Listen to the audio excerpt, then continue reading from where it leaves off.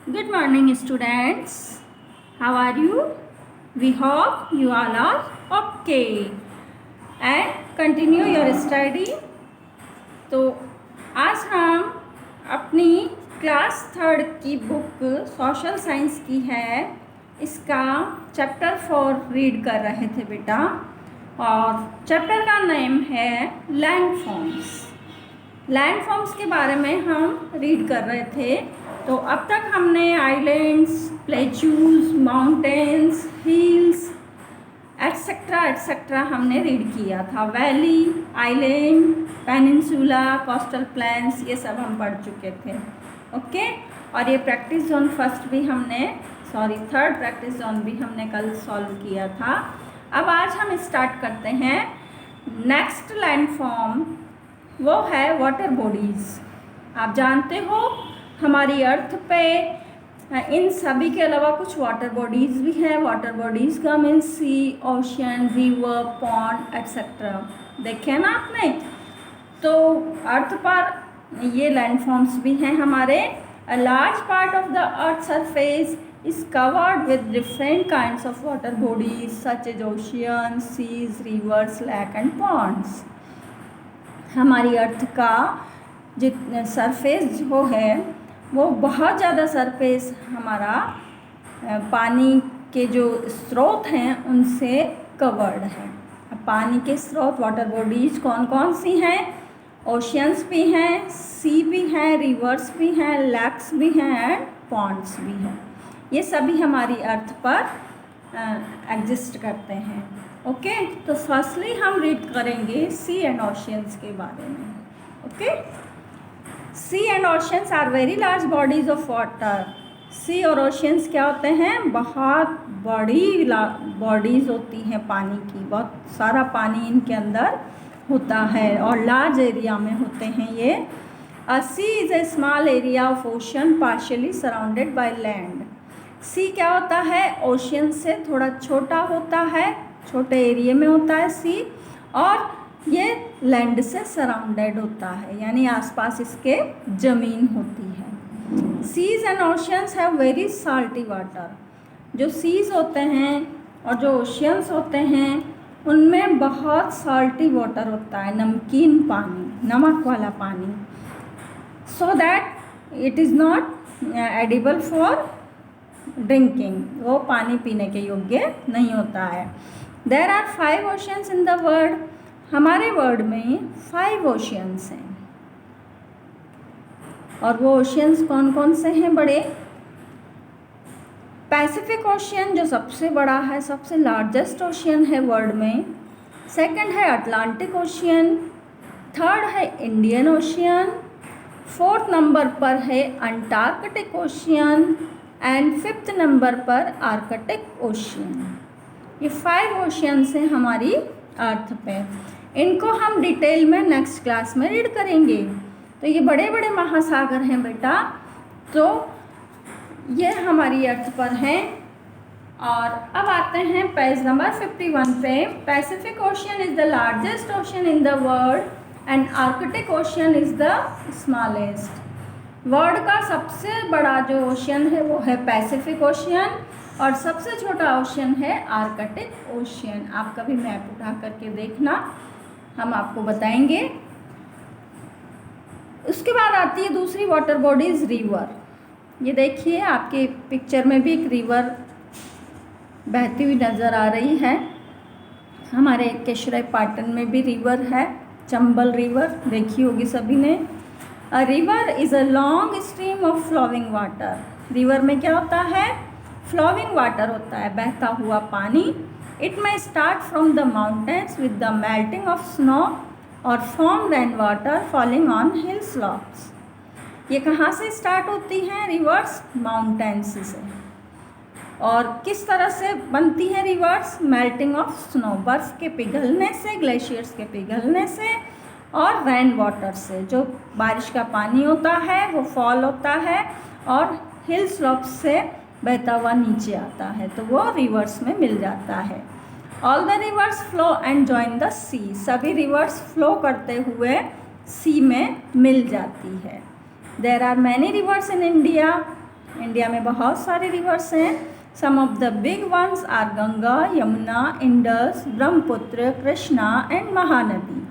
कुछ इम्पॉर्टेंट जो big once हैं हमारे इंडिया में रिवर्स, उनके नाम ये दिए हुए हैं। ये सभी इंडिया की बड़ी बड़ी नदियां हैं, इनको आप अंडरलाइन कर लेना। Many towns and cities have flourished near the reverse.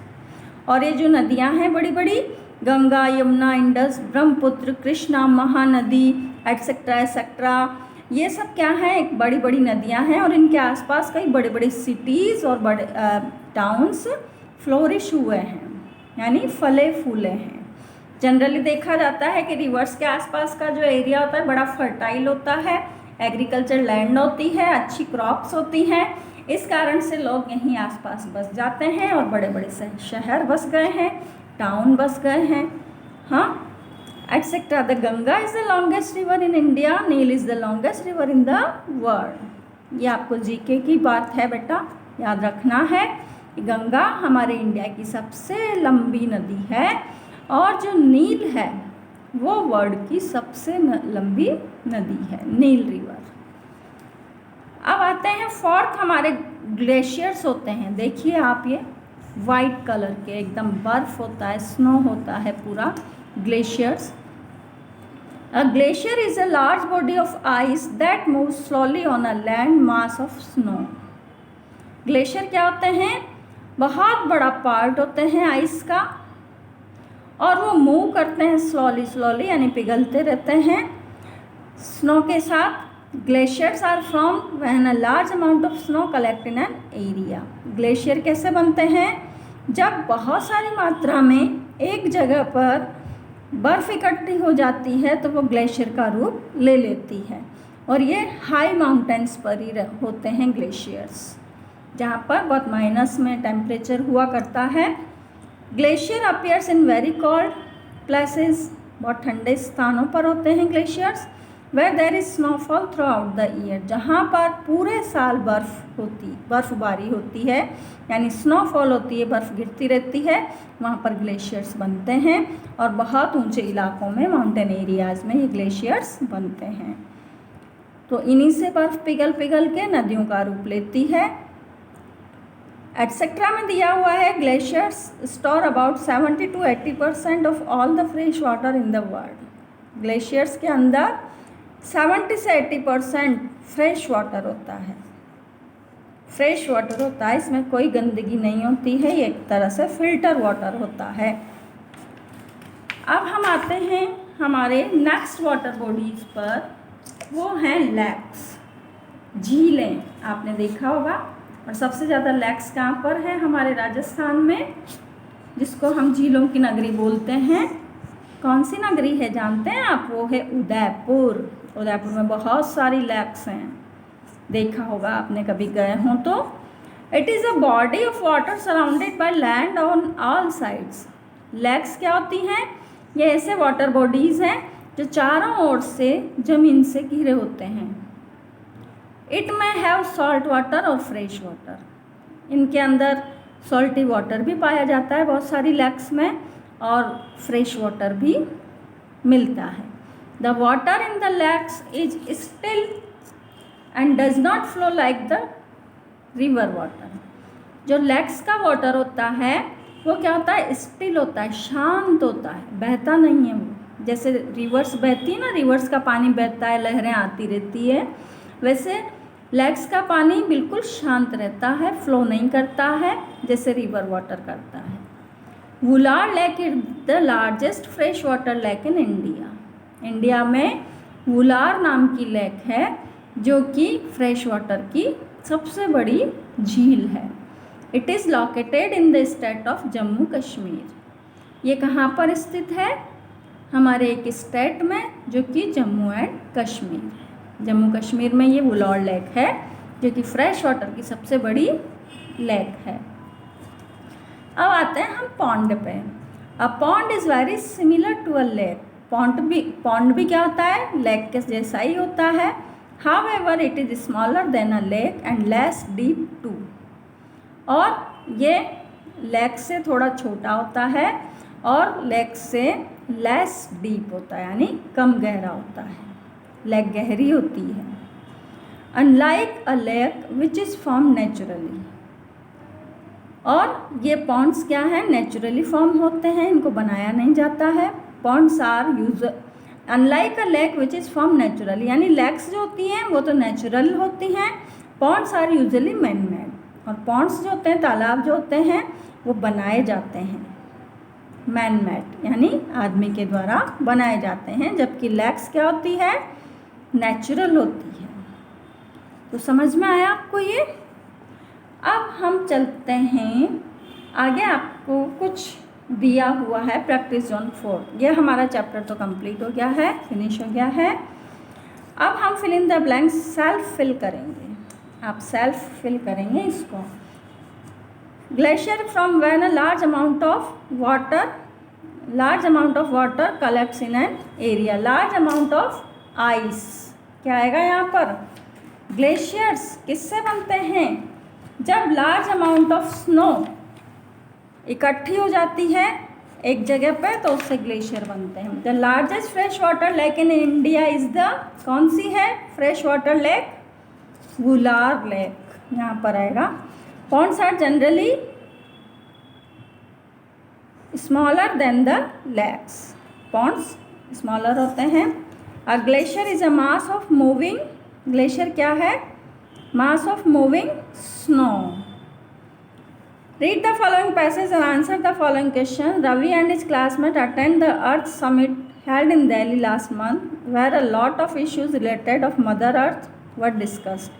Ravi और उसके जो फ्रेंड्स थे क्लास के, वो एक अर्थ समिट में दिल्ली में शामिल हुए। अर्थ सम्मेलन जो होता है, पृथ्वी सम्मेलन, वहाँ पर बहुत सारे इश्यूज़ पर मदर अर्थ के बारे में डिस्कस हुई। मदर अर्थ, पृथ्वी माँ, धरती माँ। Ravi met a lot of renowned people who had come to Delhi from across the globe. He was most excited to meet the Indian Resources Conservation Minister. Let's have a look at their small discussion about the Earth's landform and water bodies. यहाँ पर उनकी कुछ discussion दी हुई है, जो कि वो resource conservation minister से मिले थे, उनसे कुछ बात हुई थी मिनिस्टर से। तो रवि की बात हुई थी, hello sir, I really like the work you do to conserve our resources. Hello sir, मुझे बहुत पसंद आया कि आप हमारे रिसोर्सेज को, हमारे जो वाटर बॉडीज़ हैं उनको कंजर्व करने का काम कर रहे हैं, यानी कंजर्व में संरक्षण, सुरक्षित रखने का। Minister, hello, thank you so much. I request you to please take forward the legacy and keep taking care of mother earth. हाँ, आपको धन्यवाद। मैं आपसे रिक्वेस्ट करता हूँ कि आप भी इस तरह की लीजेसी में, इस वर्क में को आगे बढ़ाएं और मदर अर्थ की केयर करने का बीड़ा उठाएं, यानी हमारी धरती माँ को बचाएं, यहाँ के जो नेचुरल रिसोर्सेज हैं उनको बचाएं। Ravi, yes sir, definitely. I along with my friends keep going for a lot of street campaign just for spreading the message of the importance of the Earth's landforms and water bodies. हाँ sir, निश्चय ही मैं और मेरे मित्रों को साथ लेकर के स्ट्रीट्स में जाऊंगा और एक कैंपेन चलाऊंगा, एक अभियान चलाऊंगा और स्प्रेडिंग द मैसेज, और ये मैसेज फैलाऊंगा कि अर्थ की जो लैंडफॉर्म्स हैं और वाटर बॉडीज़ हैं उनकी इम्पोर्टेंस के बारे में बताऊंगा। Minister, great, keep up the good work. Minister क्या कहता है, बहुत अच्छा, आप अपने वर्क को जारी रखें। तो ये हमारा पैराग्राफ था। अब इनसे हम क्वेश्चंस सॉल्व करेंगे।